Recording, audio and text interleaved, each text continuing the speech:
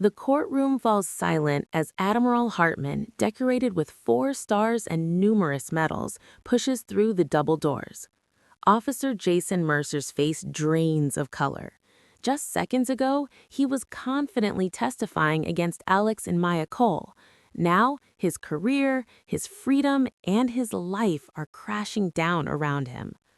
Before we dive into this shocking story of justice, let me know where you're watching from in the comments. Hit that like button and subscribe if you want to see more stories about brave Americans fighting against corruption and racial injustice.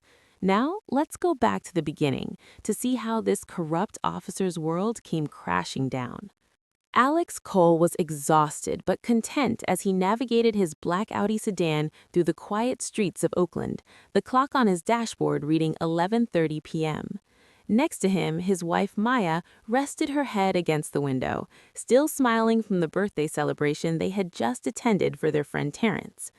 Both Alex and Maya were accomplished Navy SEALs with over 15 years of dedicated service to their country. Their bodies and minds conditioned to endure the most extreme conditions imaginable. Yet tonight, they were simply a married couple heading home after a pleasant evening with friends. Neither of them noticed the police cruiser that had been following them for the past 3 miles, its driver watching their every move with unusual intensity. Officer Jason Mercer, a 12-year veteran of the Oakland Police Department with a troubling history that remained hidden in sealed internal affairs files, tightened his grip on the steering wheel as he followed the Coles' car. He had been positioned at this intersection for the past 2 hours, specifically in this predominantly white neighborhood where the presence of black motorists was rare after dark. When he spotted the Coles vehicle, something in his demeanor changed, a predatory focus taking over his features.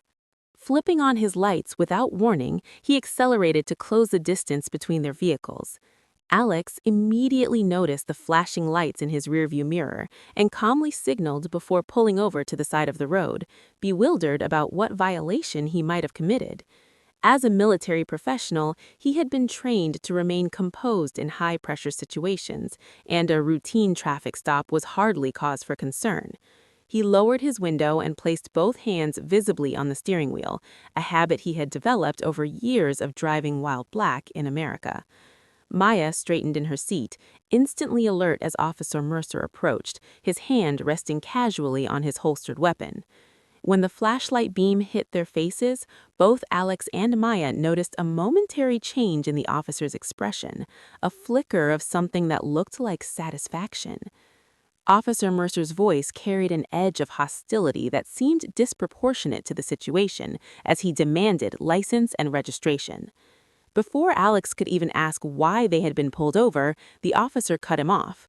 "Your vehicle matches the description of one used in a drug trafficking operation in this area." Alex and Maya exchanged a quick glance, confusion evident in their expressions, as Alex carefully reached for his wallet in the center console. "License, registration, and military IDs, sir," Alex said, respectfully, handing over the documents. Both Alex and Maya carried their Navy identification cards at all times, proud of their service and aware that they sometimes helped de-escalate tense situations with authorities. Officer Mercer barely glanced at the military IDs before tossing them back through the window. "Anyone can get fake IDs these days. Step out of the vehicle, both of you." Despite the unprofessional tone and unnecessary aggression, the Coles complied without protest, stepping out into the cool night air with deliberate, non-threatening movements. Maya noticed Officer Mercer subtly reaching up to his chest, and her trained eye caught what ordinary civilians might miss. He was deactivating his body camera. She made a mental note of the time displayed on her watch, 11:37 p.m. "I need to search your vehicle," Officer Mercer stated, not as a request but as a declaration. Alex, maintaining his composure despite growing concern about the officer's conduct, responded, "May I ask what probable cause you have for searching our vehicle, sir? We were just driving home from a friend's birthday dinner." The question seemed to irritate Officer Mercer, whose face hardened as he placed his hand on his weapon once more. "Probable cause is, I said your car matches a description. Now step back."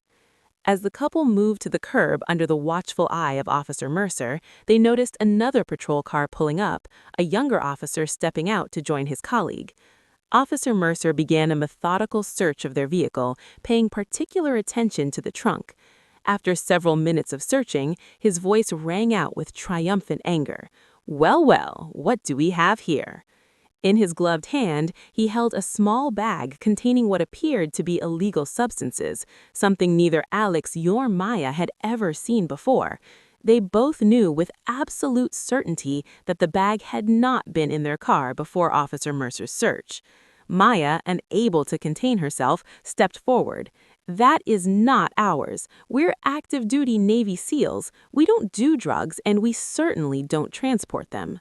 This was met with a dismissive laugh from Officer Mercer. "Sure, and I'm the Secretary of Defense. Hands behind your backs, both of you." By now, the commotion had attracted attention from passers-by, several of whom had stopped and observed the incident on their phones.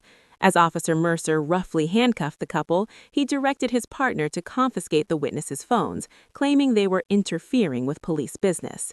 What neither officer noticed was a teenager filming the entire incident from across the street, capturing Officer Mercer's rough handling of the couple and the clearly audible racial slurs he muttered as he shoved them into separate patrol cars. "These thugs think a military ID is a get-out-of-jail-free card," Mercer said to his partner as they prepared to transport the Coles to the precinct. His voice lowered, but was still picked up by the patrol car's recording system. "We caught some big fish tonight." The statement would later prove prophetic, though not in the way Officer Mercer intended. The fluorescent lights of the police station buzzed overhead as Alex and Maya were marched through the processing area, still handcuffed and now separated from each other by several officers.